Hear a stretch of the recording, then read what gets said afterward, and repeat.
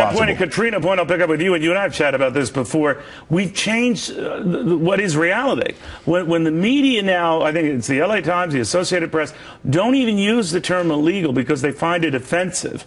And there's a real reluctance on the part of others to even frame what's going on the border as a crisis. Then there are a lot of impressionable people who hear that and say, well, maybe it's just a fixation on the right or on the part of Tea Partiers. Maybe it's not so bad after all. Maybe the fact that tens of thousands come here in buses that are processed on our dime and there's no sense or sign that we can get them back to where they came from, or for that matter, whether anyone will take them back. You got to start wondering who's the crazy one here.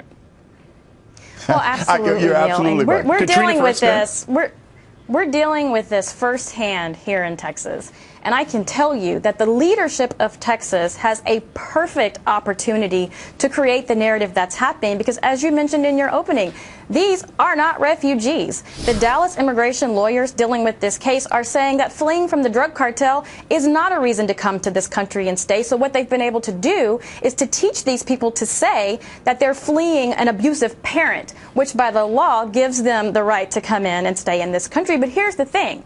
The people that are being bussed into our communities, Neil, they say, oh, it's about the children. These children are hurt. They're fleeing. They need help.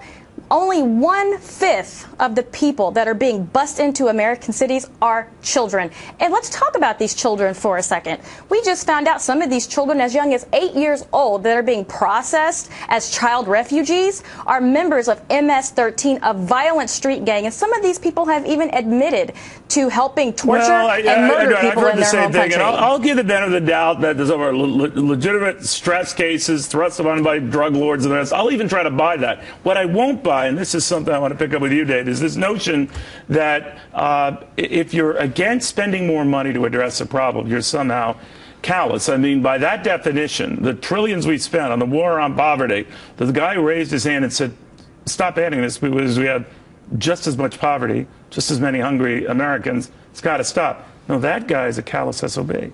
It's got to stop. No. Look, money is what the liberals want to throw at this. Money is what Obama claims will fix the problems.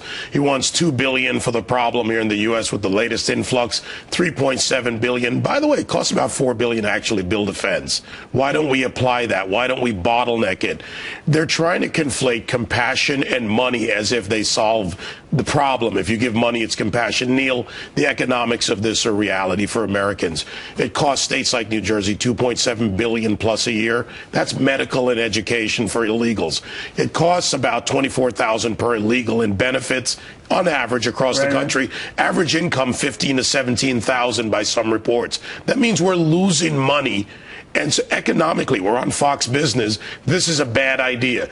Let them fix the problems in those countries. Work with them instead of just giving money to their repatriation when we don't repatriate. Here's what worries me, Mayor, and I'll let you have the final word on that. We have framed the debate now about money. It's sort of like we do with infrastructure. You're not for more money on infrastructure, then you're stupid because we need to fix our roads and bridges when we can't account for the $125 billion each year we spend, presumably, to fix our roads and bridges. So it's always the same old argument. It's always the same old saw. How do you respond to that? As a mayor in Cincinnati, how did you respond to that?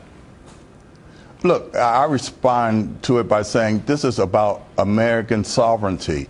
You know, this is about stopping this nonsense about voters without borders.